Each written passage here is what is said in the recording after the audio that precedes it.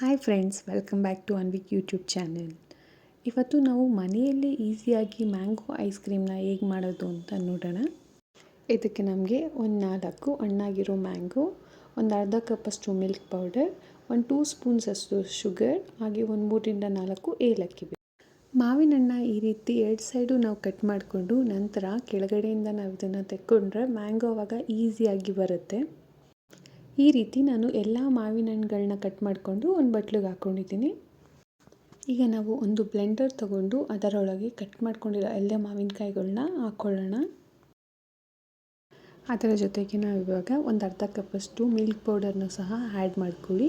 ಹಾಗೆ 3-4 ಏಲಕ್ಕಿ ಏನು ತೊಗೊಂಡಿದ್ವಿ ಅದನ್ನು ಸಹ ಆ್ಯಡ್ ಮಾಡ್ಕೊಳ್ಳೋಣ. 1-2 ಸ್ಪೂನಷ್ಟು ಸಕ್ಕರೆನ ಹಾಕ್ಕೊಂಡು ಎಲ್ಲನೂ ಚೆನ್ನಾಗಿ ಬ್ಲೆಂಡ್ ಮಾಡ್ಕೊಳ್ಳಿ. ಈಗ ನಾನು ಬ್ಲೆಂಡ್ ಆಗಿರೋ ಮಿಶ್ರಣನ ಒಂದು ಬೌಲ್ಗೆ ಹಾಕ್ಕೊತಾ ಇದ್ದೀನಿ. ಈಗ ಇದನ್ನು ಈವನಾಗಿ ಸ್ಪ್ರೆಡ್ ಮಾಡಿಕೊಂಡು ನಾವು ರೆಫ್ರಿಜರೇಟರಲ್ಲಿ ಒಂದು 7 to 8 hours ಸೆಟ್ ಆಗೋಕ್ಕೆ ಇಡೋಣ. ರೆಫ್ರಿಜರೇಟ್ರಿಂದ ತೆಗೆದಿದ್ದೀನಿ. ಮ್ಯಾಂಗೋ ಐಸ್ ಕ್ರೀಮ್ ಇವಾಗ ರೆಡಿ ಆಗಿದೆ. ನೀವೇ ನೋಡ್ತಾ ಇರ್ಬೋದು ಎಷ್ಟು ಚೆನ್ನಾಗಿ ಸೆಟ್ ಆಗಿದೆ ಅಂತ. ಒಂದು ಬಟ್ಟಲಿಗೆ ಟ್ರಾನ್ಸ್ಫರ್ ಮಾಡಿಕೊಂಡ್ರೆ ಮ್ಯಾಂಗೋ ಐಸ್ ಕ್ರೀಮ್ ಸವಿಯಲು ಸಿದ್ಧ.